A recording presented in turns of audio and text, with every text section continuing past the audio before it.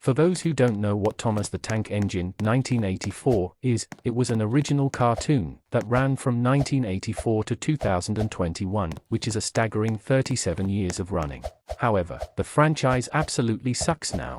Now before I get to why Thomas the Tank Engine sucks, I just want to say please like and subscribe so we can get to 60 subscribers. TTT is based on a book about a train by the name of Thomas, who had just arrived on the island of Sodor. And he is apt to get in trouble, but Thomas receives help from his friend, Edward, which is another character in the show. The show would be created in 1984, based on the books that were written in the 50s. So, Thomas the Tank Engine was created. The show's creator, Britt Allcroft, decided to use toys, or models, instead of using 2D animation. Now we need to get into what people thought about the show. When IMDb was created, a lot of people, especially 40-year-olds, gave reviews like this: the show is extremely nostalgic, and the characters are very cool and adorable. Which means, people absolutely loved it. But in early 2007, the show started making some weird changes. Instead of using models, the company that created Thomas the Tank Engine started using CGI animation.